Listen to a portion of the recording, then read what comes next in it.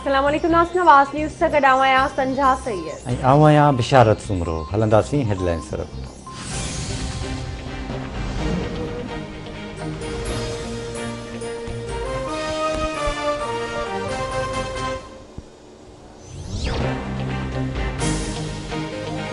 PTI इक़्तिदार संभालियो तो सब खां वॾो मसलो माली खसारे जो हो। मुल्की मईशत बेहतर थी वई आहे। मुख़्तलिफ़ चैलेंजिस के मुंहुं ॾियूं पिया।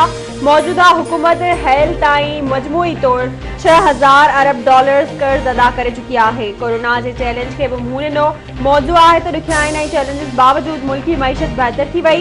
वज़ीर आज़म इमरान खान जो इस्लामाबाद में तक़रीब ते ख़िताब।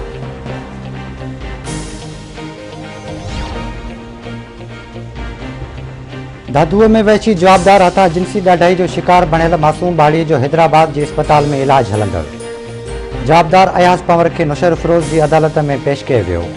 अदालत जवाबदार खे 6 ॾींहनि जे जिस्मानी रिमांड ते पुलिस हवाले करे छॾियो।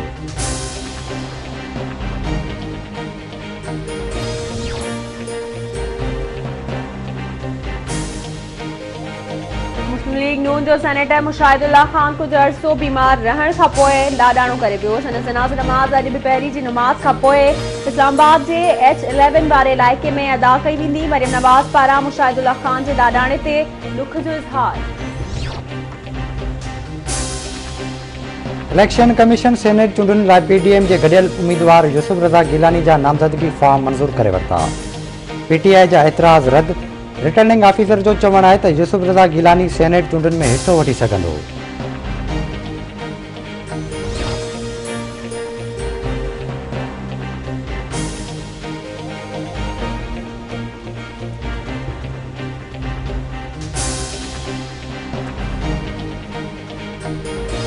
माज़ी में माशाल्लाह दौर में आइन सां हथ चुराण थी, जंहिं सां मुल्क के नुक़सान थियो। इमरान खान अञा ताईं पार्लियामेंट खे मञियो ई नाहे। PP अॻवान ख़ुर्शीद शाह जो सखर में एहतसाब। अदालत ॿाहिरां मीडिया सां ॻाल्हि। नंढी चूंड में PP जी फतेह अवाम जी एतमाद जो इज़हार आहे। बिलावल जी क़यादत में मुल्क खे जल्द सिलेक्टेड मां छुटकारो ॾियारींदासीं। अवाम फ़ैसिलो ॾेई छॾियो आहे त न्याज़ी सरकार मंज़ूर न आहे। सूबाई वज़ीर नासिर हुसैन शाह जो बयान। सॼे मुल्क में कोरोना विघे 52 माण्हू फौत। हयाती बुनियादनि जो अंग 12488 थी वियो। गुज़िरियल 24 कलाकनि दौरान 1272 नवां केस रिपोर्ट। केसिस जो मजमूई अंग 5,67,261 थी वियो।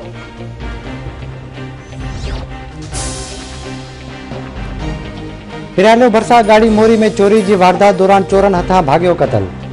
जवाबी फायरिंग में हिकु चोर बि मारिजी वियो। नवदेरो लॻ ॻोठ गुलाम भुट्टो जो रहवासी नौजवान नज़र मोहम्मद भुट्टो हथियारबंदनि हथां मारिजी वियो।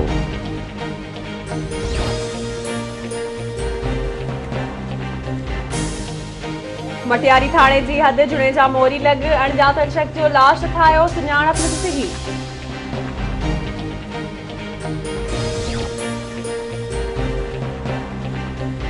मटियारी भरिसां खेबर वटि क़ौमी शाहराह ते गाॾी जी टकर में नौजवान फोत थी वियो।